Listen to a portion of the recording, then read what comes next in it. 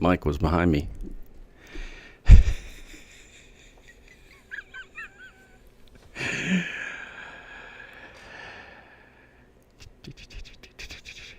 Yeah. I don't think we have a viewer yet, but...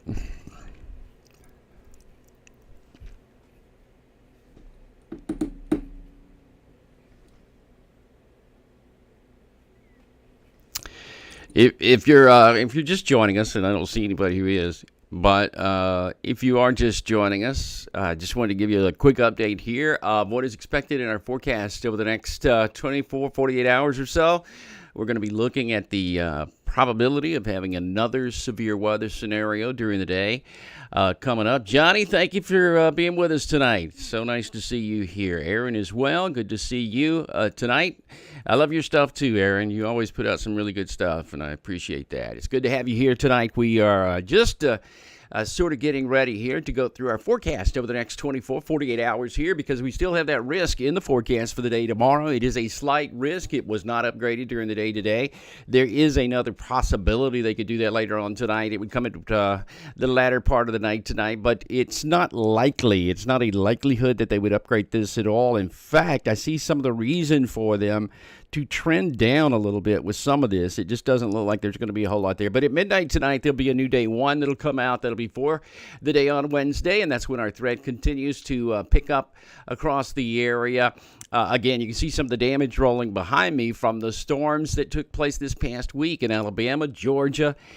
We did, I think it's still at a casualty list of 9 now, including a child, a 5-year-old, I believe, is still in that list of those that we lost. No, I'm sorry, Clay, I don't have the chicken with me. Chicken's asleep. I put her to bed just a little while ago, and she is not awake at the current moment. But you never know when she makes an appearance. Sometimes she just makes an appearance overall, and we'll bring her out here. She's not exactly potty trained just yet, and every time I start talking, I feel something warm on my back a few minutes later, and then it's everything changes. The whole mood in the room changes overall. Let's show you what's happening here with the risk that we're talking about. It is a slight risk that shows up across most of the greater area of Louisiana, some of those central northern parishes of Louisiana once again. And this is a very familiar looking hatched area again, because we've had it about 4 times in a row in a 7-day period where we see this part of the Mississippi Valley, eastern Texas, the Mississippi Valley down into the Bayou, Louisiana, picking up a slight risk, moderate risk. We've had once or twice. They're thrown in with an enhanced risk earlier in the week that caused all the damage there in the long track tornado that took place across the state of Alabama. Well, that's what we've got for the day tomorrow right now, and I've thrown in some of the precipitation back to the west there as well. But this is that same area that we often look at this time of the year, where your slight risk is coming across the Mississippi River and making its way all the way down into southern Louisiana. Some of those areas down there affected, obviously Baton Rouge, over to the Beaumont-Port Arthur region, and as far to the north, you can see as we go on up the Mississippi River, travels really the heart of the Mississippi River into Cape Girardeau, Missouri. That's a slight risk there, as well as Hopkinsville over to Clarksville, and into that same area there too. Southwestern Missouri. Sherry, it's great to have you here tonight. I appreciate that. I remember this guy from back in the day. Local. Do you? My name is David, and I appreciate that. I think that's a compliment. Did you mean that as a compliment? The Winkus Leak just popped up. Winkus Leak just popped up. I remember this guy from... Oh, you made my day. Last night somebody said that I was the Dirty Jobs guy, Mike Rowe. Somebody actually said, hey, is this the Dirty Jobs guy? But no, my name's David Neal, and yeah, back in the day I was a weather guy, and I still am actually.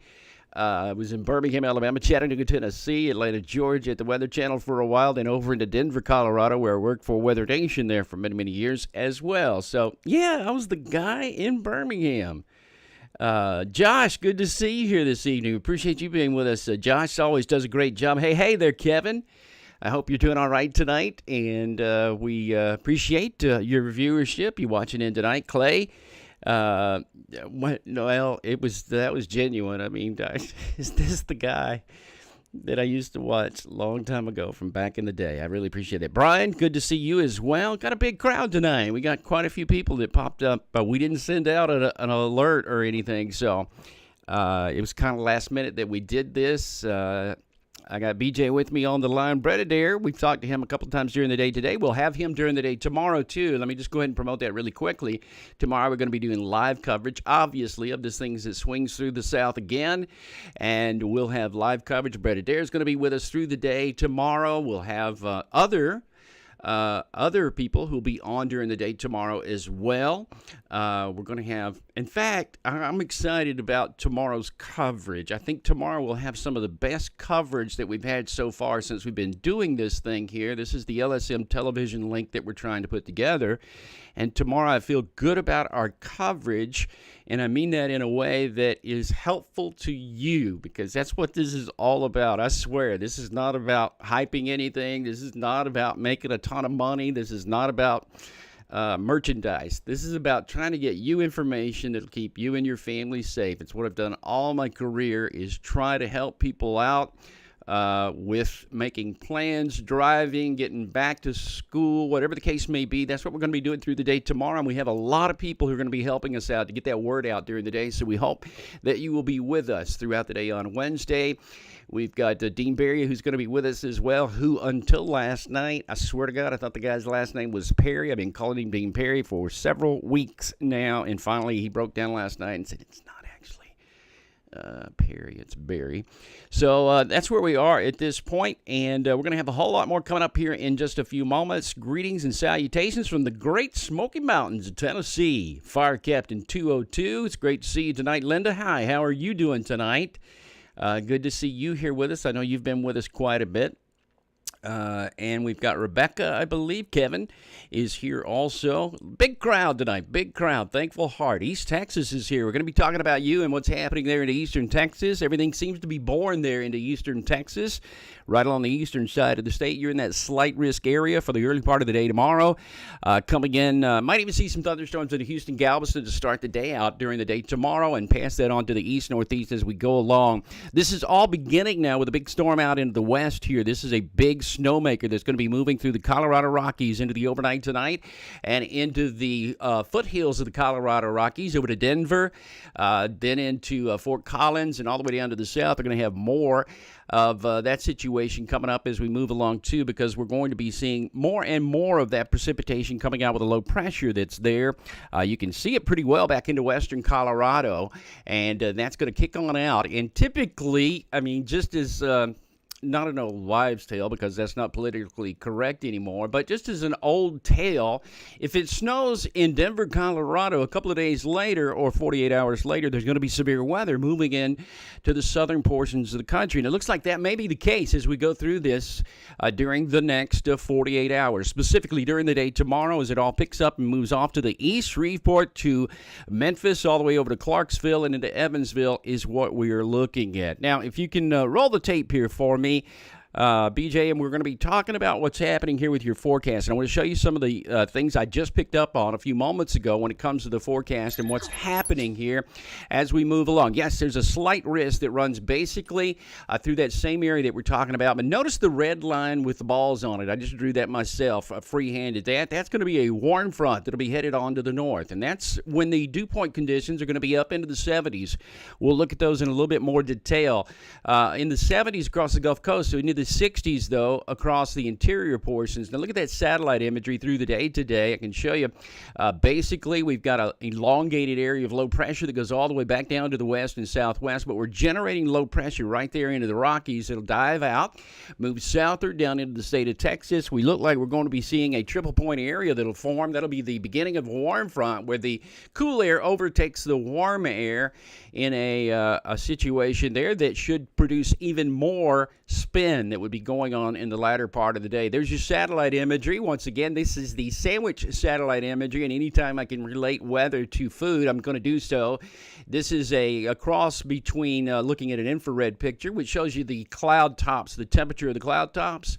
But there's your low pressure. That's the four corners That's the states back to the west, and there's your low pressure center forming, moving across the Rockies, as I said, again, off to the east, and as it does so, it is a trailing cold front down to the south that'll be driving some of that colder air down to the south as well, but also producing a major winter threat to portions of the Colorado Rockies, then southward and eastward, going over to Kansas, Goodland. You're going to get pummeled there over in that area along I-70, 74, and even up to I-80. This is going to be a threat, actually, that runs all the way up into the Midwest. As you can see now, this is our surface map with a little infrared satellite on top of that, and what we're looking at the moment is a small little system that's passing through the southern United States, but back to the west, you can see all the cloud cover there that's associated with this thing, and as it does so, it'll continue to move on eastward and southward, which will dig in and dive down all the way into the state of Texas, move out, and it's going to be energized here by a couple of things that'll be moving on through the area. Energized by, first of all, the Gulf of Mexico, and you'll start to see that open. Actually, see the white lines there? Those are isobars. Those are lines of equal pressure, and the wind field travels parallel to the isobars. So you can see if you just go from south to north, there's an open trajectory now that brings dew point conditions up and up into a fairly, when you talk about January weather anyway, when you get dew points into the 60s, we really start to get concerned about that, especially 62, 63 has always been my sort of number when it comes to the situation there that I look at, and when I get concerned, it's basically because we've got a 61, 62 degree dew point condition that'll be moving back our way. So we'll be watching out for that as we move along. It's a key in our forecast, and we'll be showing you that in just a few moments. But there's your low pressure back there into western Tennessee at the moment. And that is the current situation. Now, all the arrows, the vectors, the wind vectors are showing you the direction of flow coming out of the Gulf of Mexico.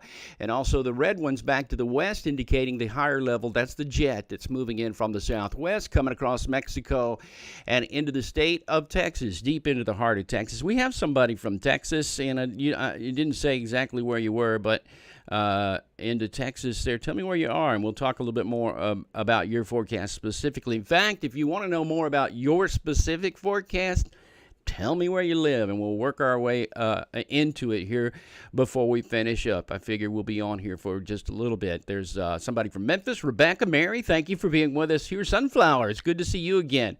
And Brian Northern, who is not with us any longer. Watching from, well, downstairs, Sharon is, and looks like she's down there making sure that Penny's okay, actually. Fire Captain 202, yeah, good, again, to see you. Thank you for bringing us online there. I really appreciate that. And quite a few people. Laura T, Spoolin Dub. If these are your porn names, I don't want to know.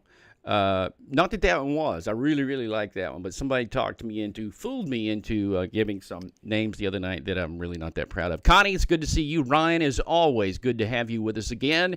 And Mary Springer, it's great to see you too. Right on, Josephine. Getting close, but anyway, thank you for joining us. Lenore, Sandra, gee whiz, everybody. I really haven't met some of you there, so yes, I'm live. Are you live? Kilgore, Texas, St. Francis in Iowa. Gary is with us there. Michael P. Good to see you.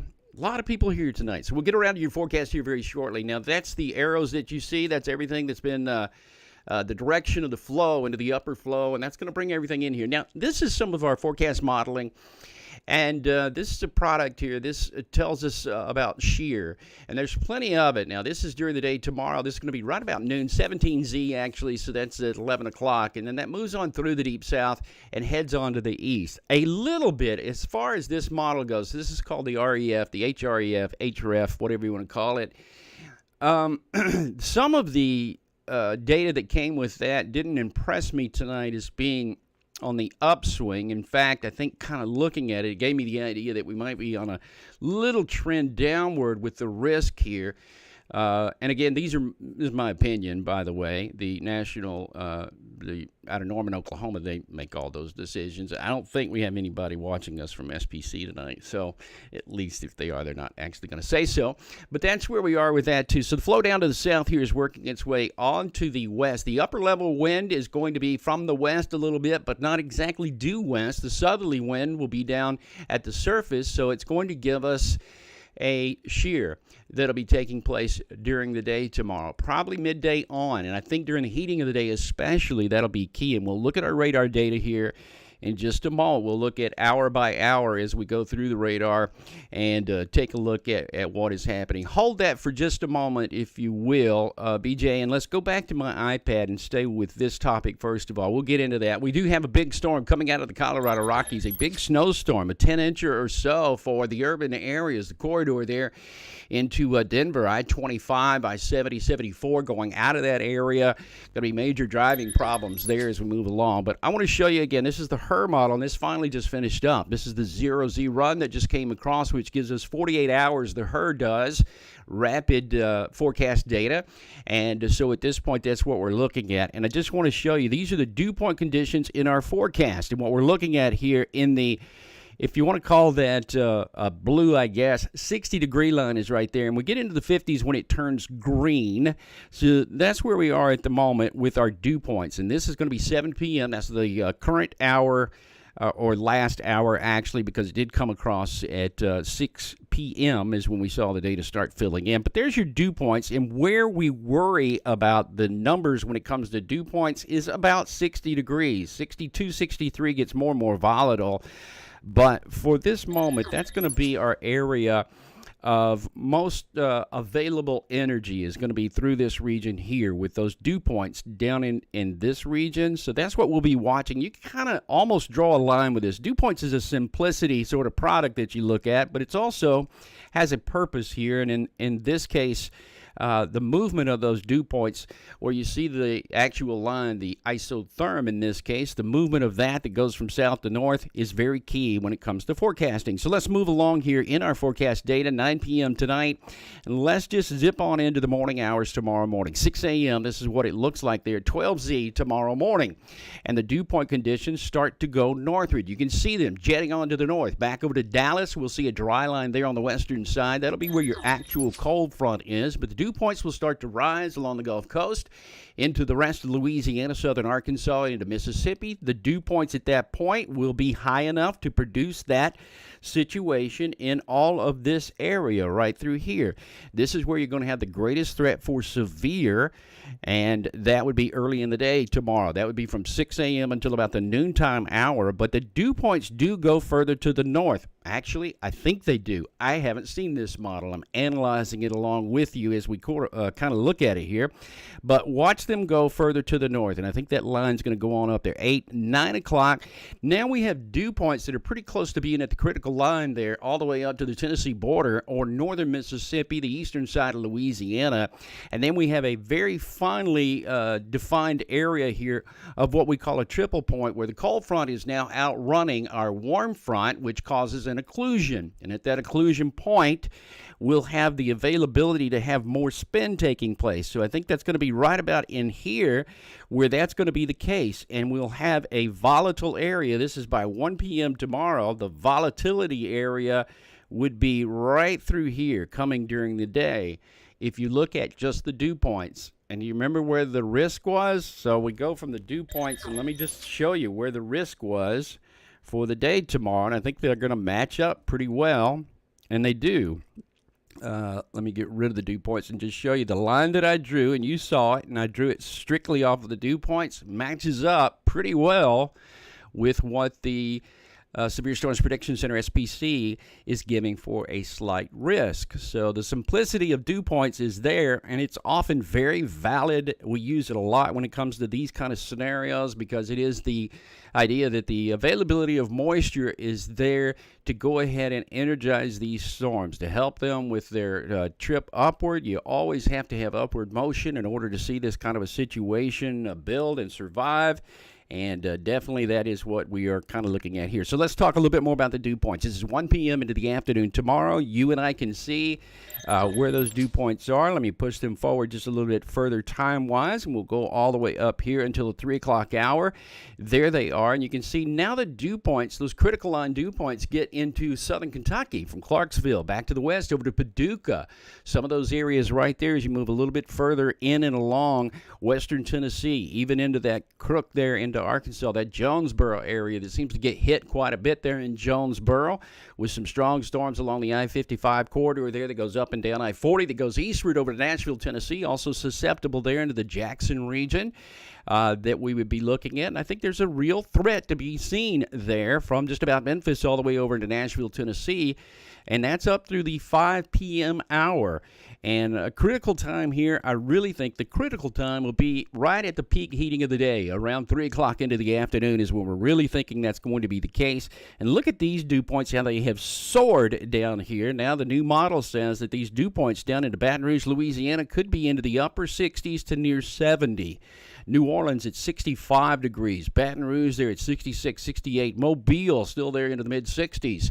So we have a lot going on there at the moment, which absolutely everything. Yeah, Jackson, Starkville, Mississippi. Got to make sure everybody is aware of what's happening there in all of those areas across the deep south. And even into southern Georgia now, we have high dew points, but we don't have the ability for spin to show up there very much at all. So the dew points, I'm going to push them along a little bit more, 5 p.m. into the afternoon tomorrow, and then we go forward here, and now you can see the cold front coming in behind this system.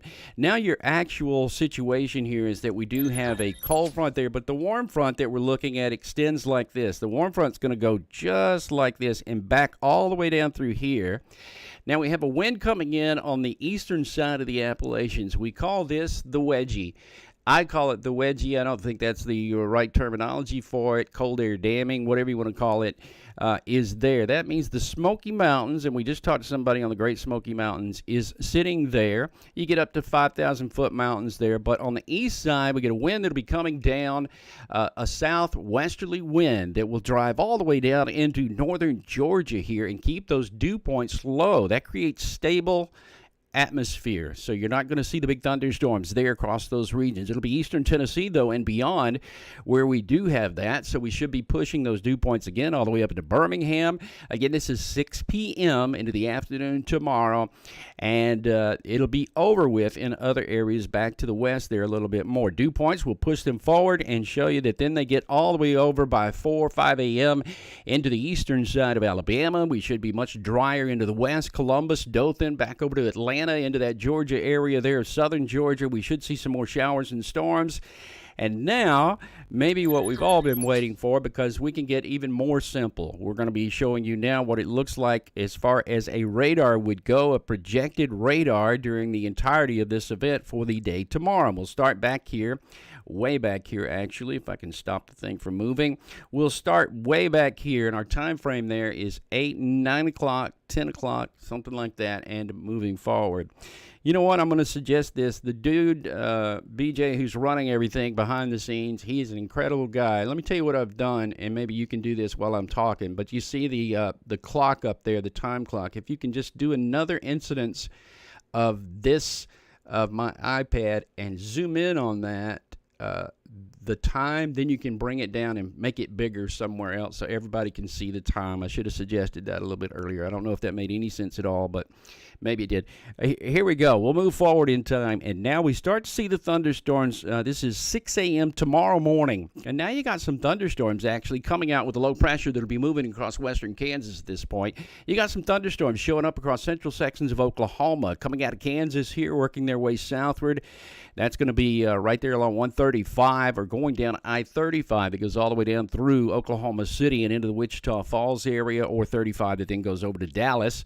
And there are some showers there and probably a few thunderstorms. Now, everything that comes in from the Severe Storms Prediction Center says this will be elevated thunderstorms. You say, hey, they're all elevated. Well, these typically don't have surface features with them. They're not really generated because of what's happening down at the surface. They're leftover storms from the night before, or boundaries that were left over from the night before that end up happening like that. So it's pretty much overall in that kind of area that we'll be looking at. So that's where we stand with what happens early in the day tomorrow. 6 a.m. We go up to 9, and now we have a cluster of thunderstorms at 9 a.m. Again, this is a forecast projected by the HERB model, which is a rapidly developing model. It takes it an hour to build, and it goes out to 48 hours when you get it at this time period that we have it at. So that's pretty good news, and normally is fair at accuracy, and that's why I'm showing it to you here. So that's 9 a.m. here at the moment.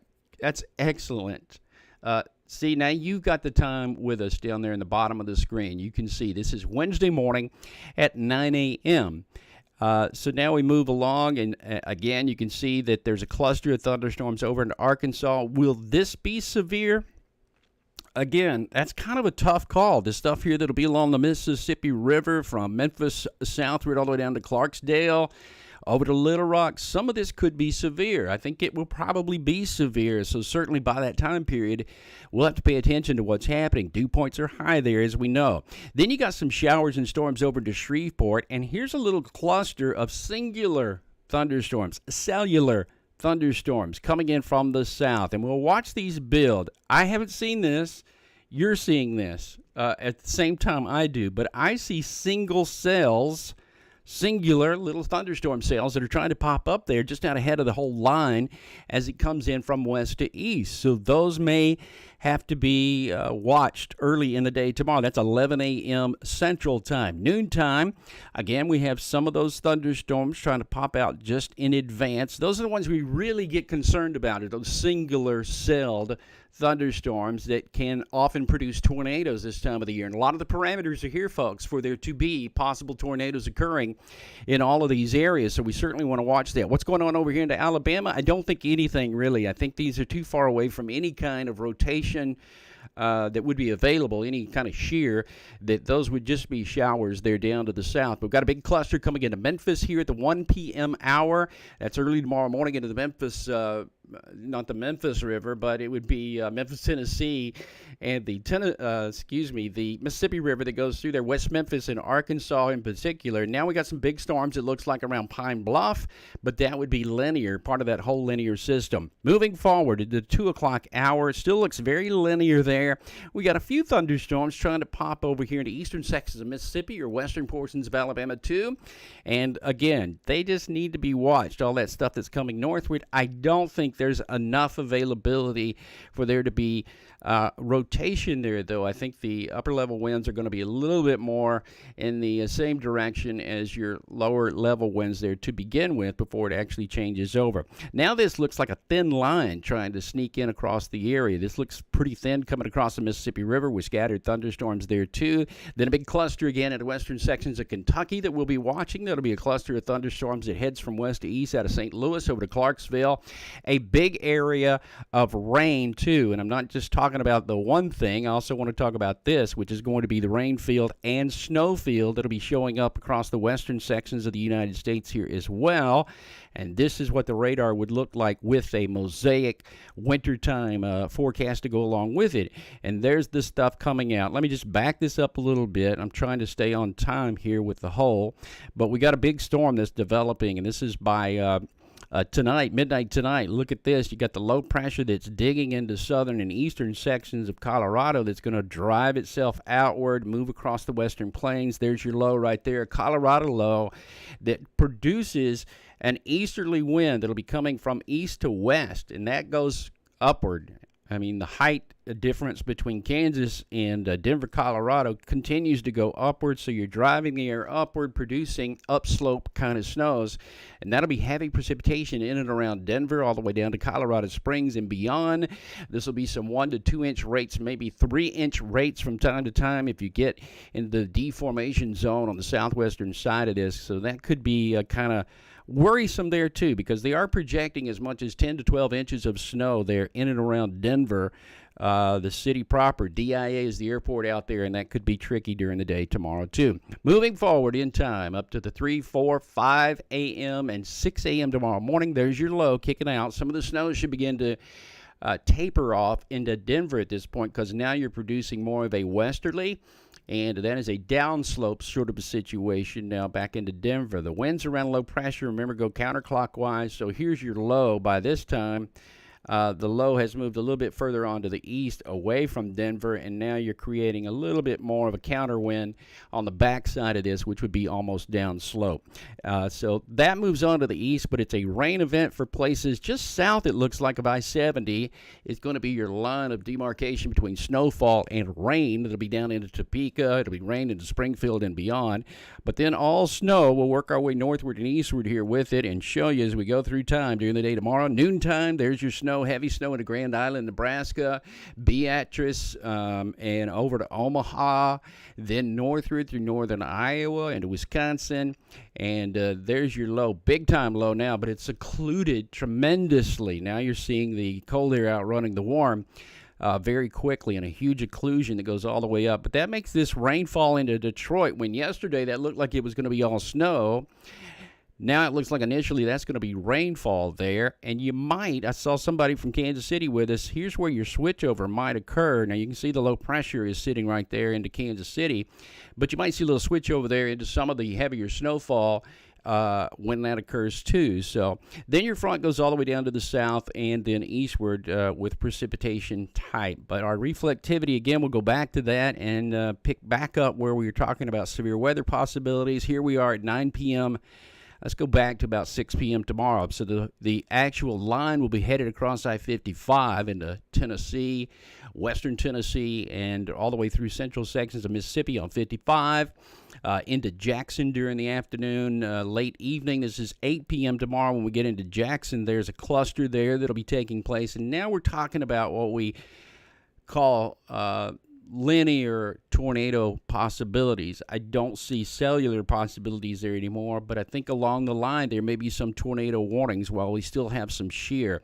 And right about here is where SPC says, it's 11 o'clock tomorrow night, right about here is where the SPC says that we lose the threat for severe somewhat, because now the low pressure is getting further and further away, so the counter winds aloft are moving away from the deep south. So even though we have a slight risk there, I think it's limited to probably the daylight hours mostly, or up until midnight across those portions.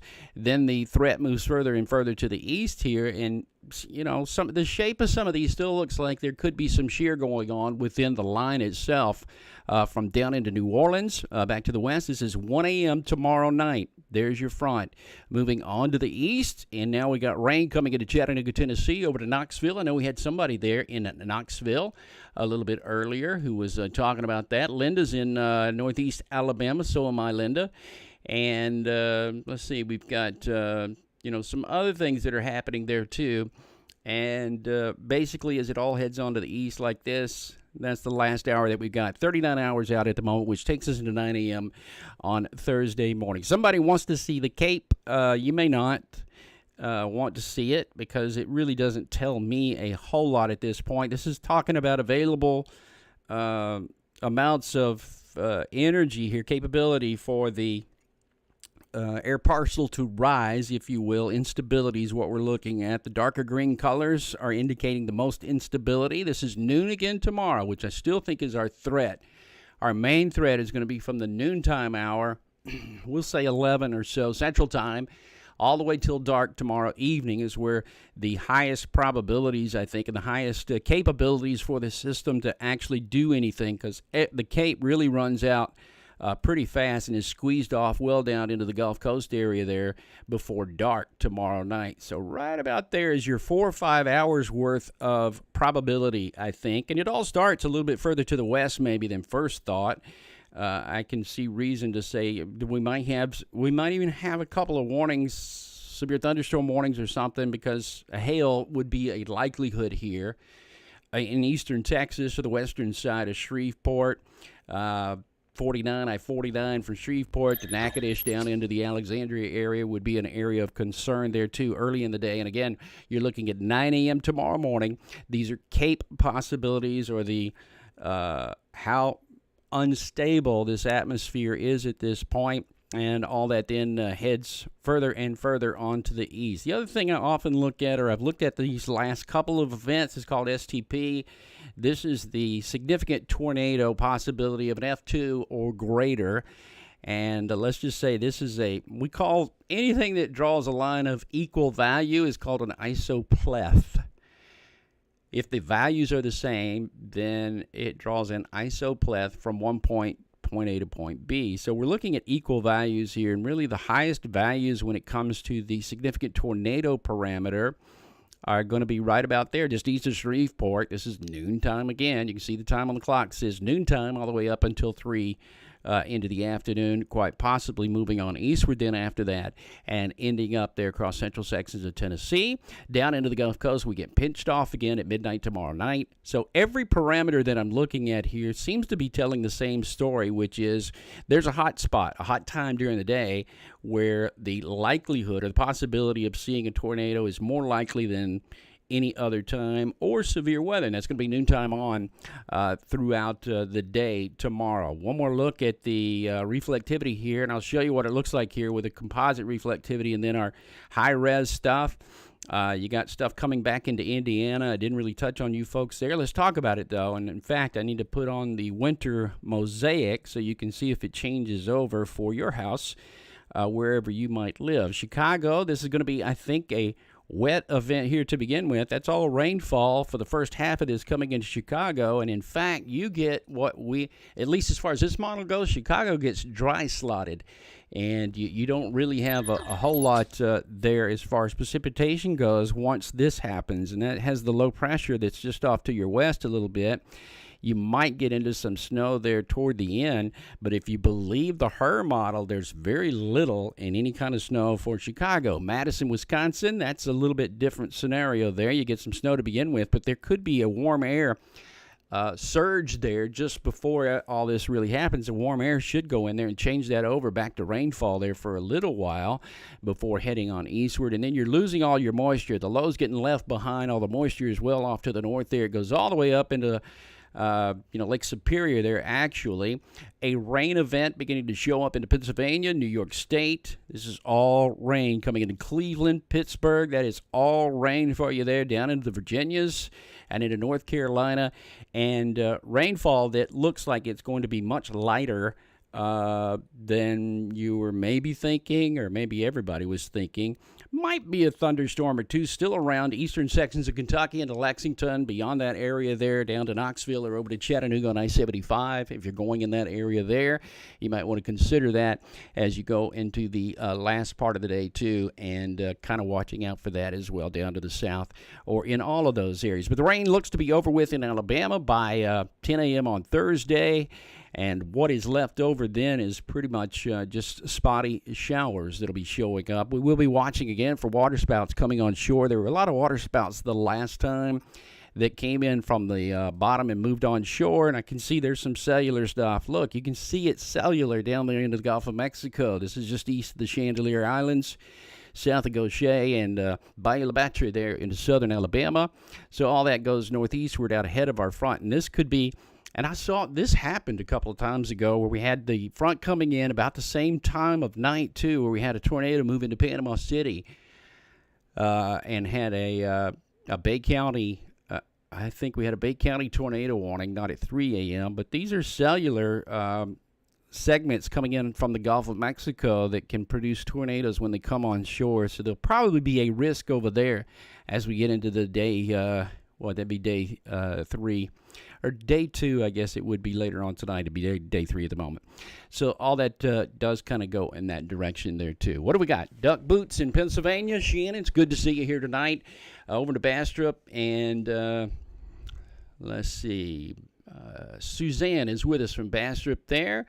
We've also got any threat for Asheville, North Carolina. No, there's not. There's not really I don't see anything that looks like there could be a threat. Now, if you look into Asheville here at the moment, you can see there are some showers and storms. But look, this is 7 a.m. now on Thursday. This is 7 a.m. on Thursday coming into Asheville, which is right over there into the southwestern side of North Carolina along 64, Highway 64 near the Ocoee River.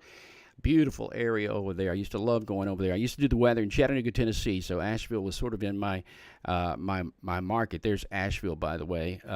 Andrews back to the south, and this is back up there just north of Henderson and south of, are you south of Silva? Let's see, that would be Mars Hill. Cataloochie's right around there too, which I love as well. Lake Charles, Louisiana. Mark wants to look at Lake Charles. We can do that. In fact, I've got some forecasts.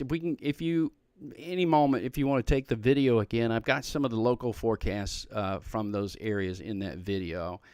And take it full screen because you probably won't be able to see it unless it is. We've got quite a bit of these things that are happening here. Hometown is Florida. Chock full of ducks. A chock full of ducks. Teresa is from Northwest Alabama. Teresa, it's good to have you here tonight. Thank you for being with us. We appreciate that. We've got several other people here. Amanda, thank you. Did I miss the Northeast Texas weather forecast? We'll get back to it in just a few moments. So here we go. Here's what we're looking at. This is, and we'll keep moving through here because we talked a little bit about this, but this is some of the stuff from the National Weather Service offices. A significant winter storm expected. Sure enough, where you see the pink coloring, that is a winter storm warning that is in effect there into Denver, Colorado, off to the east over to Fort Morgan, into the I-76, I-70 corridor there over to Lyman, and eastward all the way into Goodland, Kansas is where we're talking about a winter storm warning is in effect. That developing system will keep moving on to the east and probably keep driving snowfall there. I'm going to take the mouse for just a minute here so I can move this forward. Here's what we're also expecting. This is what we know with the potential amounts that go a little bit further on to the east. This is across much of that area there near Iowa. We've drawn a circle there from Goodland, Kansas, 4 to 10 inches of snow, 10 to 12, and Imperial could see as much as 12 to 14 inches of snowfall during the next 24 hours. A very significant snowfall will be taking place all across this area here as we move on into the next several days. There's your DIA forecast. That's 11 inches of snow there at DIA. Denver, 9 to 10. It's hard to say exactly how much you're looking at, but it's going to be a big deal there in Denver during the day. And as we move along here, this is now the forecast. We were talking about Lake Charles, the Baton Rouge area, New Orleans. The slight risk is back to your west here, but nonetheless, it still looks like you're in a threat for damaging winds there. Minimal threat for tornadoes or large hail, but there's certainly a threat there across both of those areas, so still watching out for that as we move along. This is the area that goes up. This is going to be from Shreveport, Louisiana, and they're still expecting some of the heavier isolated storms to take place early on Wednesday morning, Wednesday at midday, and beyond there should be more in the way of precipitation coming into that region there too. And then as you go a little bit further on to the east, the excessive rainfall totals there. I don't like that product, by the way, because it always throws me off and tries to make me think that this is a risk region. But the one on the right is the risk that comes through that Shreveport office late in the day, and all that will be moving along with the system from the west into the east. How much rain could fall? It could be pretty heavy from time to time. I lost my mouse there for a second, but again, this is developing into the southeast. It's going to be Mississippi. That's I-55, where the slight risk will continue to make its way on to the east, and those timing zones there are going to be from noon to 10 o'clock into the afternoon. It's 2 to about 4 o'clock moving through the area there too. So pretty much what we're looking at for all of those situations there too. Charlotte, thank you for being with us here tonight. Coming to Madison, Huntsville, hope to visit friends, hope to be in Memphis on Sunday, and we hope you make it there. We really do. Briarfield, Alabama is watching. Thank you for being with us. In San Jose, is it California Foo Fighter? And Columbus, Mississippi. We have somebody watching from Columbus, and Lake Charles, Louisiana. Teresa from Northwest Alabama, too. Thank you so much for doing that, and we appreciate it. I don't know what you do at this point. I don't even know enough about this to know if you can push a like or something that helps. I don't know. But anyway, that's where we stand at the moment. You can go back to the radar here, the iPad, if you'd like, and we'll talk a little bit more about that too. And in fact, if you want to, you can run this video that's behind me here, because this is still something that we've been talking about for the last couple of days. We know we had some big thunderstorms that moved through during the week this week, and that was a pretty big deal when we had tornadoes coming through. We had a long track tornado moving through Alabama. They came through the small town of Selma, Alabama, and worked its way on northward. Just south of the town of Rockford as a large tornado. It's an EF3 at this point, but could be upgraded. They're still looking at some of that information, and they'll decide. But let me show you some of the video from Heath Lawler and Brett Adair. They took video from a drone perspective as they were out there watching the day after this situation took place. And some of these pictures and videos are really, they'll make you stop and take a breath here. Again, 9 people lost their lives in this situation. 2 over in the state of Georgia. It was 7 into the state of Alabama. 7 fatalities that took place, and several within one family. I'm not sure. I think it was 3 or 4 within one family itself. So it's pretty devastating there. when that happened. Tina, it's good to see you. Mel, I appreciate you. Watched you for many years on Channel 6. Mel, great to see you there. Thank you so much for saying that. I appreciate that. Mary, good to see you. Mary's waving. She has a red hand tonight. I'd get that checked on Mary. But that's currently what's happening with all of this as far as the situation goes. And let me show you some of these pictures, some of the video that we're looking at now. And you can see sort of the implosion of these homes when the tornado went through. Brett took this from a drone perspective, and Heath, I think the two of them have different videos here, but you can see the devastation, the trees that were broken off. Now, oftentimes, the reason we know that we're not looking at a straight line situation, first of all, the devastation is widespread. Secondly, because these trees, these pines, loblolly pines across the state of Alabama, they'll break off before the root will come up. When the wind gets suddenly high, they will break because they don't have the opportunity to come up from the root ball. And they will just go ahead and break. And that's why oftentimes you hear people say who have been in a tornado, I smell the scent of pine. And I've been in a tornado or two myself, and I remember the smell of pine, and also remember the smell of natural gas. That's another smell that oftentimes people will tell you that they remember in the event of having a tornado. There's a family that's sitting there and really just on the platform of where the house used to be, the foundation, trying to gather the things that they can, but a lot of evidence there of a strong tornado as it passed over the area and went on northward and eastward. So it's pretty much that situation there as we move through that time period. And there you can see there's still more of the damage that we were talking about as it was making its way on eastward. The big deal here overall is history, too. We've had several storms over the past month that have produced tornadoes that don't typically do so during the months of December and January. This is not the hotbed. This is not the time of the year when you would have so many tornado warnings to take place. In fact, climatologically, it's just we have one or two situations during the month of January. I've been in the Birmingham, Central Alabama, or Tennessee market for many, many years, and I've seen a lot of different things and some abnormalities that do take place from time to time. This is just kind of one of those, a cyclical situation that we've gotten in. It's hard to break now with the systems coming in out of the Pacific West, which has been problematic as well. If you haven't heard, there are rivers, atmospheric rivers that are coming on shore now into the west, producing some of the highest snowfall totals they've seen in many, many years, which, and people often say, this will break that drought? No. The drought is a terminology, a word that is very difficult to explain because the effects of a drought have already happened. I mean, people have already been affected by the drought that was taking place across the western United States. The lakes, you remember the big,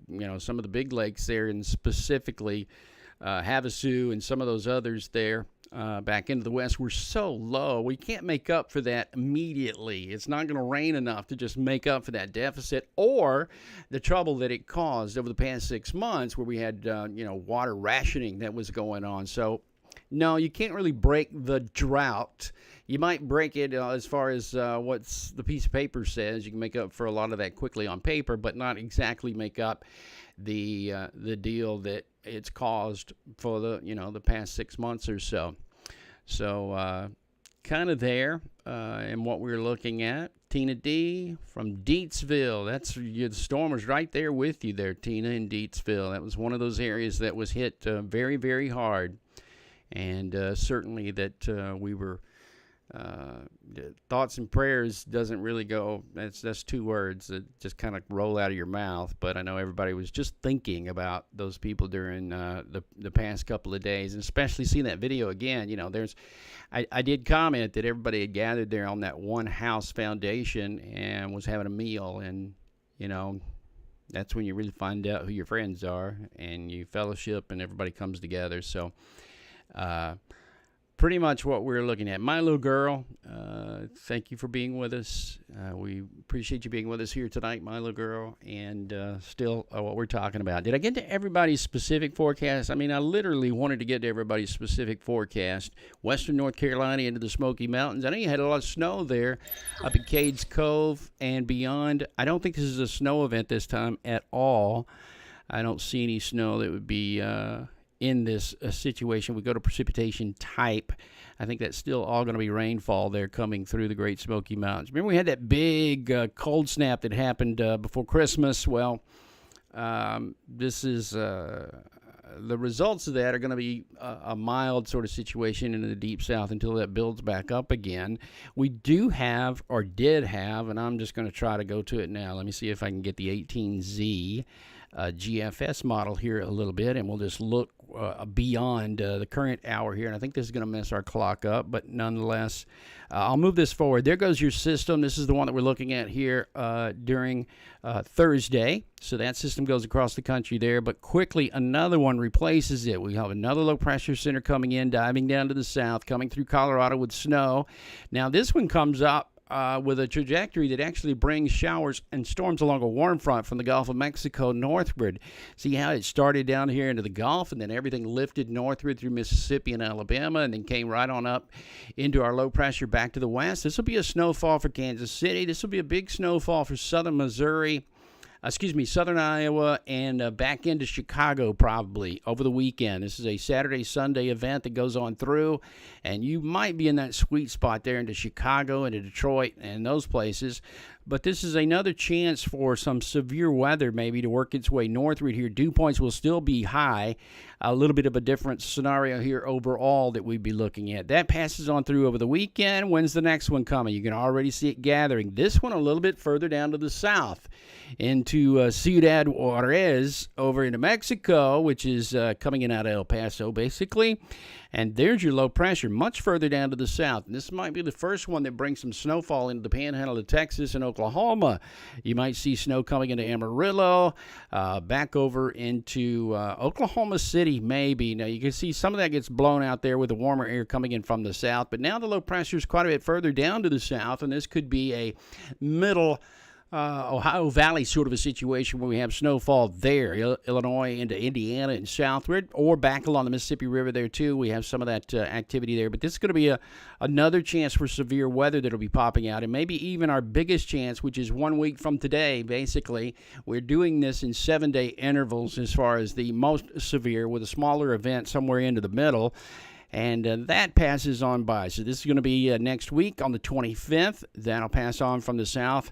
And another system dives in out of the Rockies, reorganizes once again, comes in. That's going to be more like a clipper system, I think. You can see not a whole lot of precipitation with that at all. Passing on by during the 27th, 28th time period. And now the Gulf of Mexico opens up. Now this is interesting. This gets really interesting. Brett and I were talking about this last night. I don't really see cold air there, but this is a Gulf low situation now. Now suddenly, for the first time, we're seeing a low pressure coming in out of the Gulf of Mexico and moving its way along the Gulf. And that could mean snowfall further to the south when you get this sort of scenario taking shape here. This is on the 28th, toward the end of the month. That could mean that the periphery, this northern periphery of the precipitation, would be producing snowfall. Right now it doesn't show up that way on the modeling, but this is what a southern snow would look like. And you can see, yes, now into the Smoky Mountains we would have snowfall. Knoxville, Tennessee, probably over to my favorite place in the whole wide world, Dollywood, right there in Sevierville. Love me some Dollywood and some Dolly all together, Jolene.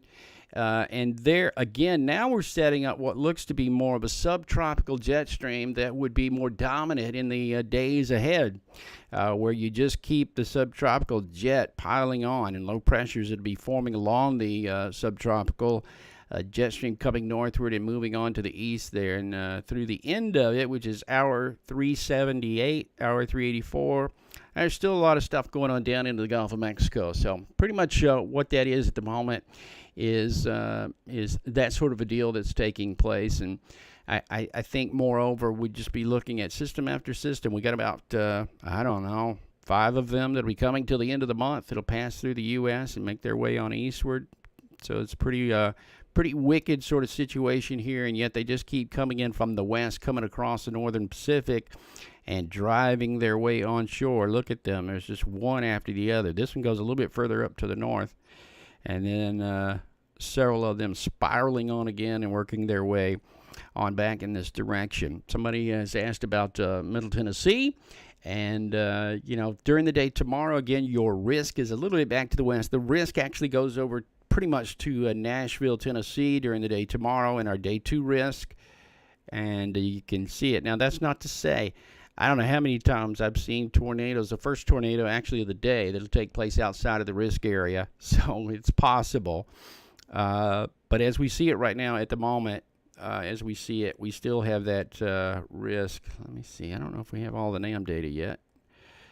We have 33 hours of the NAM data. That gets us pretty far out there. This is the 3-kilometer NAM data, which is high resolution again, just like the HER. So we'll kind of look at it and analyze it as well and see what we've got here overall. And I'll just start out with the dew point conditions here and show you. Remember, again, our dew points, what we were talking about here is that the dew points are going to be the critical line is pretty much into that blue area right there. This is where anywhere south of there, we tend to think is prone to seeing some severe weather possibilities. At least the dew points are high enough for that to be produced.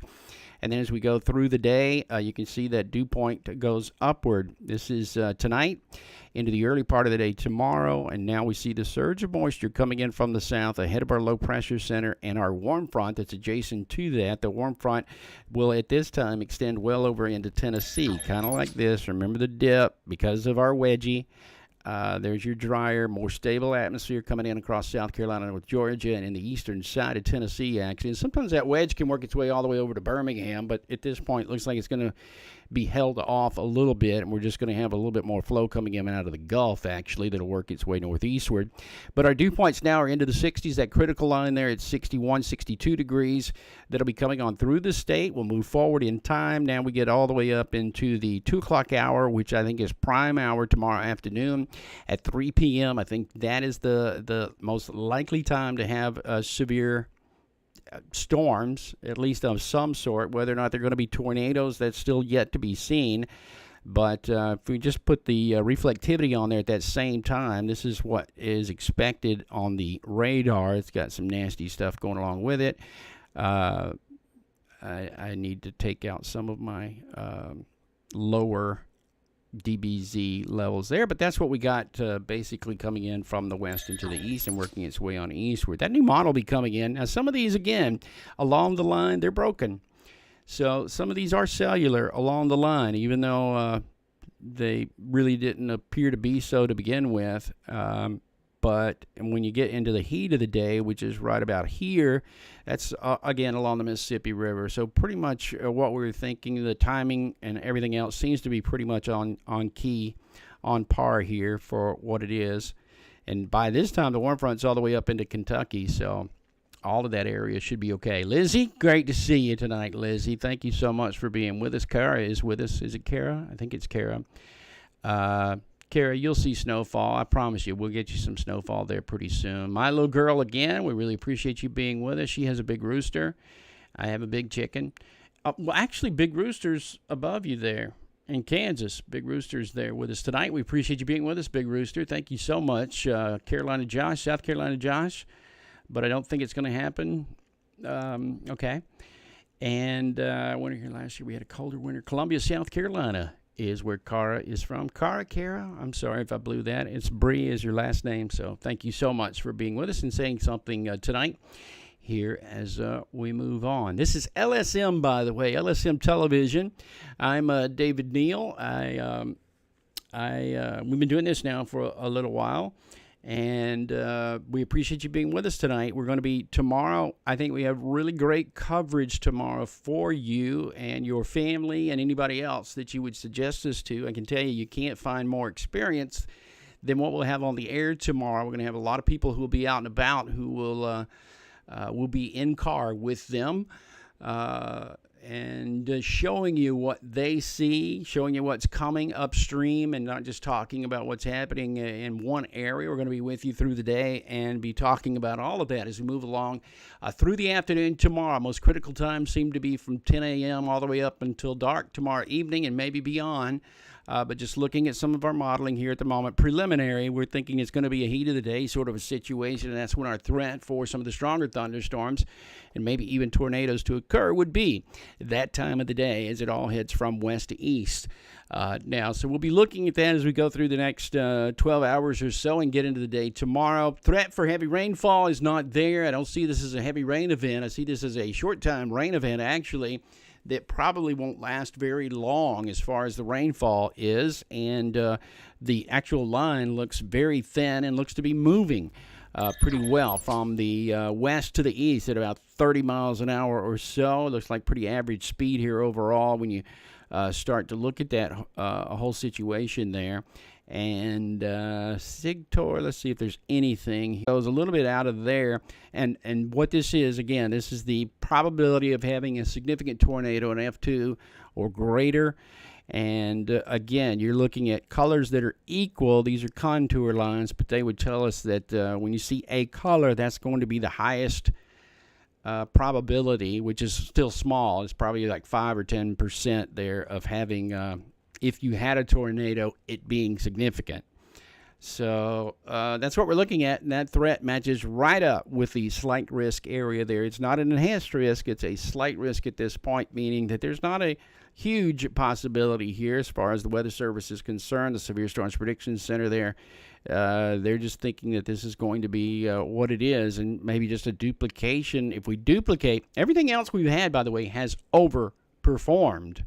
The system we had earlier in the week overperformed. It was much greater. It did much greater damage than we thought. We had more tornadoes than we thought actually out of the whole deal. So if this overperforms as well, that could be a big deal for us there when we start looking at that too. And, you know, we're just going to be providing that coverage for you.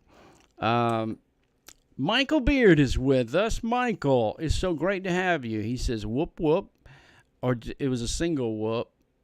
It was a single whoop at this point, but I still appreciate it. Crossing my fingers for a little bit there.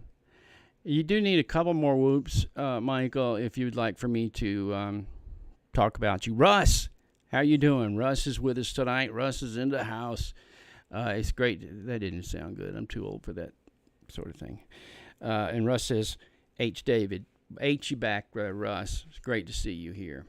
Milo Girl loves snow. I do too, Milo Girl. I really do. Brian Andrews is with us. Brian is here. It's great to see you, Brian. Coming up in just a little bit, I'd like for you to play us a tune. I hope it snows in June in Charlotte, North Carolina. Well, that might be a little difficult, but we'll see what we can do. The Doppler 6000 is out and about right now. That's this is our Doppler 12,500,000, I think. Sunflower says, make sure you can receive your weather alerts in your area. Absolutely, Sunflower. Envy. Yeah.